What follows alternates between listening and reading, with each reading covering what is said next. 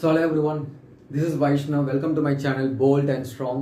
So இன்னைக்கு எதை பற்றி பேச போகிறோம்னா confidence, how to be confidence, அதை பற்றி தான் பேச போகிறோம். ஸோ ஒரு கான்ஃபிடென்ஸுங்கிறது ஒரு மனுஷனுக்கு ரொம்ப இம்பார்ட்டண்ட்டான விஷயம், ஓகேவா? ஸோ அது இல்லைன்னா அது பார்க்கவே நல்லா இருக்காது. ஸோ அதை பற்றி தான் இன்னைக்கு பேச போகிறோம். ஸோ ஒரு ஸ்கூல் போகிறீங்க, ஆஃபீஸ் போகிறீங்க, ஃபங்க்ஷன் போகிறீங்க, எந்த ஒரு சோஷியல் சர்க்கிளாக இருக்கட்டும், இல்லைன்னா ஒருத்தர் சவால் விடுறோம், someone is challenging you, அந்த டைமில் how do you respond with confidence, அதெல்லாம் பற்றி தான் இன்னைக்கு பேச போகிறோம். So first identify the reason. நான் ஏன் கான்ஃபிடென்ட்டாக இல்லை, ஏதாவது ஒரு ரீசன் இருக்கணும்ல. ஸோ ரீசனை ஃபஸ்ட்டு கண்டுபிடி. நான் வந்து ஒல்லியாக இருக்கேன், ஓகே, அதுக்கு என்ன சொல்யூஷன்? நான் வந்து ஜிம்முக்கு போகலாம், சாப்பிட்லாம், ஃபிசிக்கலி ஃபிட் ஆகலாம். நான் வந்து பேசவே தெரியாதுங்க, நான் வந்து சோஷியலி ஆக்வர்ட் அப்படின்னா பேசிக்கிட்டே இரு. பேச பிடிக்கலனாலும் பேசு, எல்லாத்தையுமே பேசிகிட்டே இருக்கும்போது என்ன ஆகும்? ட்ரை பண்ண அவனுக்கு வந்து பேசுகிற ஸ்கில் வரும். ஸோ அப்படி தான் ரீசனே தெரியாமல் நீங்கள் வந்து உங்களால் எதுவுமே மாற்றிக்க முடியாது. Identify the reason. உங்கள்கிட்டே கேளுங்க, நான் வந்து ஏன் கான்ஃபிடென்ட்டாக இல்லை அப்படின்னு சொல்லிட்டு நீங்கள் first you have to think, okay? அதுதான் ஃபர்ஸ்ட் முக்கியம். ஸோ அதுக்கப்புறம் மைண்ட் செட். அதாவது நான் வந்து கலராக இல்லை, நான் வந்து ஒல்லியாக இருக்கேன், நான் குண்டாக இருக்கேன், எனக்கு வந்து எல்லாத்தையுமே பேச தெரியாது, எனக்கு வந்து நான் ரொம்ப பயந்த டைப்பு, அந்த அதெல்லாம் வேணாம். யாரும் உன்னை வந்து காப்பாற்றிக்க மாட்டான், உன்னை நீயாக தான் காப்பாற்றிக்கணும். ஸோ அதை புரிஞ்சுக்கோ. இந்த விக்டிம் மென்டாலிட்டிலாம் வேண்டாம். அந்த மைண்ட் செட்டை ஃபஸ்ட்டு மாற்று. நான் கான்ஃபிடென்ட்டாக இருக்குன்னு நினைக்கிறேன், I want to be confident, I will be confident. அந்த மைண்ட் செட் தான் ஃபர்ஸ்ட் உனக்கு முக்கியம். ஸோ அதை ஃபஸ்ட்டு நீ நோட் பண்ணு, இந்த மைண்ட் செட்டை மாற்று. இந்த உன்னை நீயே வந்து தாழ்த்தி பேசாது. எந்த ஒரு சுச்சுவேஷன்லையும் சரி, உன்னை நீயே தாழ்த்தி பேசக்கூடாது. உனக்கு ஒன்று தெரியலையா? ஓகே, எனக்கு அது தெரியல, எனக்கு திறமை இருக்குது, நான் கற்றுக்கிறேன், நான் முடிச்சு காமிக்கிறேன். ஸோ அப்படி தான் இருக்கணும். அதை விட்டுட்டு ஐயோ எனக்கு தெரியல, ஐயோ எனக்கு ஒன்றுமே தெரியல அப்படிலாம் இருக்கக்கூடாது. எனக்கு திறமை இருக்குது, நான் கற்றுக்கிறேன், அதை முடிச்சு காமிக்கிறேன். ஸோ எப்பவுமே எந்த ஒரு சுச்சுவேஷன்லையுமே நீ அப்படி தான் இருக்கணும். நீ வந்து என்றைக்குமே நீ தாழ்த்தி உன்னை பேசக்கூடாது. உன் மேலே நம்பிக்கை இருந்துச்சுன்னா என்றைக்குமே நீ தாழ்த்தி பேசாது. ஸோ நெக்ஸ்ட்டு இந்த பாஸ்ட் ஃபெயிலியர்ஸ், ஓகேவா?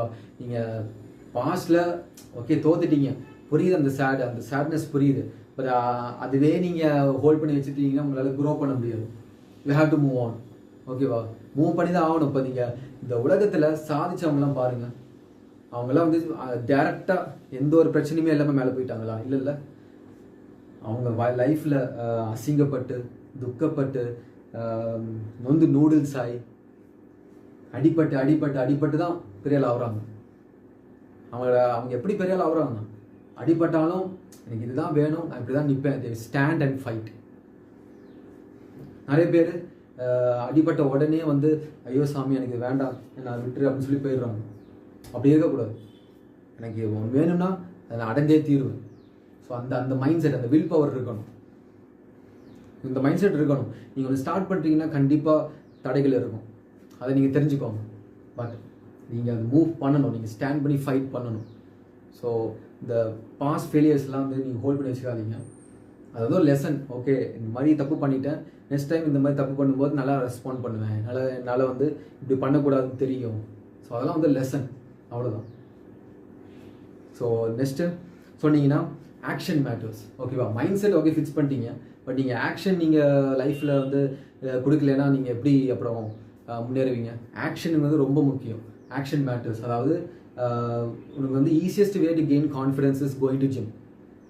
பசங்களுக்கு ஜிம்முக்கு போனால் easiest way to gain confidence is gym தான். ஜிம்முக்கு போ, டெய்லி ஒர்க் அவுட் பண்ணு, நல்லா சாப்பிடு. நீ டெய்லிக்கு ஜிம்முக்கு போக என்ன ஆகும்? நீ வந்து உனக்கே ஒரு டிரான்ஸ்ஃபர்மேஷன் தெரியும். கண்ணாடியில் பார்க்கும்போது உனக்கே ஒரு ஃபீலிங், வந்து ஏதோ சாதிச்சிட்டேன்டா அந்த மாதிரி ஒரு ஃபீலிங் வரும். அந்த ஃபீலிங் வேறு லெவலு. அந்த you will be proud of yourself. இந்த ஃபிசிக்கை நீங்கள் பார்க்கும்போது அதெல்லாம் வந்து பூஸ்டப் லெவல், கான்ஃபிடன்ஸ் லெவலுக்கு பூஸ்டப். ஸோ அதே மாதிரி எந்த விஷயங்கள்லாம் நீங்கள் செஞ்சீங்கன்னா உங்களுக்கு கான்ஃபிடன்ஸ் லெவல் பூஸ்டப் ஆகும் அப்படின்னா அந்த விஷயங்கள்லாம் செய்யுங்க. ஸோ ஸ்கில், அது இன்னொரு விஷயம். நீங்கள் வந்து டெய்லி இந்த ஃபேஸ்புக், இன்ஸ்டாகிராமு, ஸ்னாப் சாட்டு, அப்புறம் நெட்ஃப்ளிக்ஸு அதெல்லாம் பார்க்குறீங்க.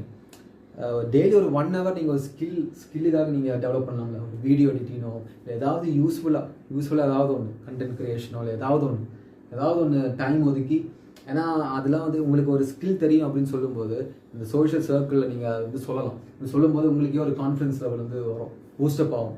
எனக்கு ஒரு ஸ்கில் தெரியும் அப்படின்னு சொல்லிட்டு அதுக்கு தான் சொல்கிறேன். ஸோ நெக்ஸ்ட்டு இந்த சோகமாக இருக்கும்போது சோக பாட்டெலாம் கேட்குறீங்களா? என்கிட்ட கேட்டிங்கன்னா சோகமாக இருக்கும்போது ஏன் சோக பாட்டு கேட்குறீங்க? இன்னும் ரொம்ப சோகம் தானே ஆவீங்க. புரியுது, அந்த ஃபீலிங் புரியுது எனக்கு. பட் இங்கே சோகமாக இருக்கும்போது எனக்கு தெரிஞ்சு சந்தோஷமான பாட்டு கேளுங்க. இந்த சேட் இந்த ரொம்ப சோகமான பிரேக்கப் சாங்ஸ்லாம் கேட்காதீங்க, அது வேண்டாம். ஸோ மைண்ட் செட்டு, ஆக்ஷனு, அப்புறம் பாடி லாங்குவேஜ். இப்போ நீங்களே யோசிங்களேன், 5000 பேர் இருக்காங்க ஒரு ஃபங்க்ஷனில், நீங்கள் நடந்து வரீங்க, ஃபிசிக்கெலாம் வேறு லெவலில் இருக்குது. பட் கான்ஃபிடென்ஸ் இல்லை. நீங்கள் வந்து அப்படியே வரீங்க, சும்மா வந்து அப்படியே தலை குடிஞ்சிட்டு இப்படி நடந்து வரீங்க, ஒரு வீரம் மாதிரி இல்லாமல் ஒரு கோடை மாதிரி நடந்து வரீங்க, எப்படி இருக்கும்? இந்த இமேஜே நல்லா இருக்காதுல்ல? ஆனால் அதுவே நீங்கள் இப்படி யோசிச்சு பாருங்களேன், 5000 பேர் ஃபங்க்ஷனில் இருக்காங்க, நீங்கள் ராஜா மாதிரி நடந்து வர, 5000 பேருக்குமே நீ தான் ராஜா, அந்த மைண்ட் செட்டில் இருக்கணும். அப்படி நடந்து வர, கெத்தாக ஸ்டைலாக நடந்து வர, அப்படியே ஷோல்டர் ரெண்டுமே அப்படி கொஞ்சம் பேக்காக, அப்படியே ஃபேஸ் வந்து ஸ்ட்ரைட்டாக, அப்படியே இப்படி நடந்து வர. அப்படி இருக்கும்போது அந்த இமேஜே வேறு. ஏன் சொல்கிறேன்னா, பாடி லாங்குவேஜ் வந்து அது வந்து it's reflection of you, your thoughts. ஓகேவா? நீங்கள் எல்லாருமே உங்கள்கிட்ட வந்து இன்ட்ராக்ட் பண்ண முடியாது. ஸோ ஒரு சில பேர் உங்கள் பாடி லாங்குவேஜ், நீங்கள் செய்கிற ஆக்ஷனை பொறுத்து தான் அவங்க வந்து உங்களை இது பண்ணுவாங்க, ஜட்ஜ் பண்ணுவாங்க. ஸோ நீங்கள் வந்து நம்பலைன்னா இந்த உலகம் எப்படி உங்களை நம்பும்? So you have to believe in your self first. அதான் சொல்லுவேன், பாடி லாங்குவேஜ். நெக்ஸ்ட்டு இந்த ஐ கான்டாக்ட். நீங்கள் பேசும்போது எப்படியுமே ஐ கான்டாக்ட் இருக்கணும். ஓகேவா? ஸோ ஐ கான்டாக்ட் வந்து அது different way of showing confidence. நீங்களே யோசிங்களேன், ஒரு 10 பேர் பேசிகிட்டு இருக்காங்க, எப்படி அந்த வேலையை முடிக்கிறது அப்படின்னு சொல்லிட்டு. நான் உங்களுக்கு தெரியும் எனக்கு இந்த வேலை வந்து ஈஸியாக நான் முடிச்சிருவேன் அப்படின்னு சொல்லிட்டு, நீங்கள் கண்ணை பார்த்து நீங்கள் கெத்தாக சொல்லுவீங்களா? எனக்கு தெரியும் இதை நான் முடிச்சு காமிக்கிறேன் அப்படின்னு. அந்த மாதிரி. ஸோ ஐ கான்டாக்ட் வந்து ரொம்ப முக்கியம். நெக்ஸ்ட்டு வந்து லிசன் அண்ட் ஸ்பீக். அதாவது இப்போ வந்து ஒரு கான்வர்சேஷன், ஆர்சிபி சிஎஸ்கே ஃபேன், ஓகேவா? நீங்கள் வந்து சிஎஸ்கே ஃபேனாக இருக்கலாம், ரொம்ப ரொம்ப தீவிரமான ஃபேனாக இருக்கலாம். நீங்கள் வந்து அவங்க எப்படா பேசி முடிப்பாங்க, நான் நெக்ஸ்ட்டு பேசணும் அப்படின்னு சொல்லிட்டு வெயிட் பண்ணிட்டு இருப்பீங்க. அவங்க என்ன சொன்னாங்களோ அதை நீங்கள் கேட்க மாட்டீங்க. ஸோ அதுதான் தப்பு. அவங்க என்ன சொன்னாங்களோ அதுக்கேற்ற மாதிரி நீங்கள் வந்து ரெஸ்பாண்ட் பண்ணணும். லிசன் அண்ட் ஸ்பீக், அதெல்லாம் வந்து சோஷியல் சர்க்கிளில் ரொம்ப முக்கியம். Listen and speak.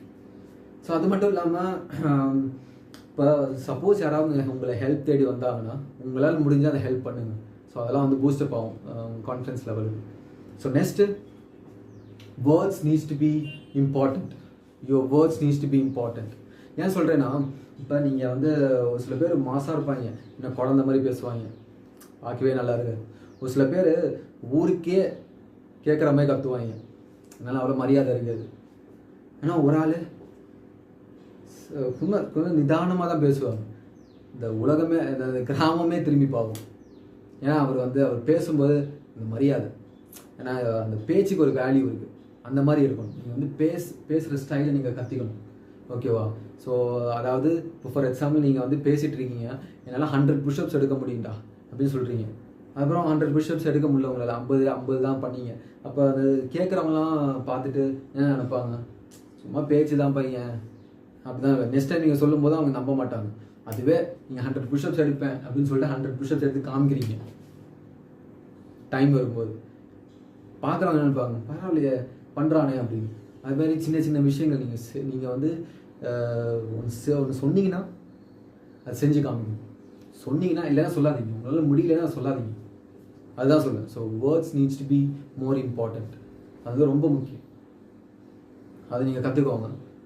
ஸோ அது மட்டும் ஒரு இமேஜ் ஷேர் பண்ணுறேன். இது வந்து முகமது அலி விஎஸ் சன்னி லிஸ்டன். ஓகேவா? சன்னி லிஸ்டன்கிறவன் பார்த்தீங்கன்னா எல்லாரும் பயப்படுவாங்க, இந்த மாதிரி கொடூரமான ஒரு பாக்ஸர். ஸோ முகமது அலி எல்லாருக்குமே தெரியும் எவ்வளோ பெரிய ஆள் அவர்னு சொல்லிட்டு. ஸோ அவர் வந்து ரைசிங் ஸ்டார்.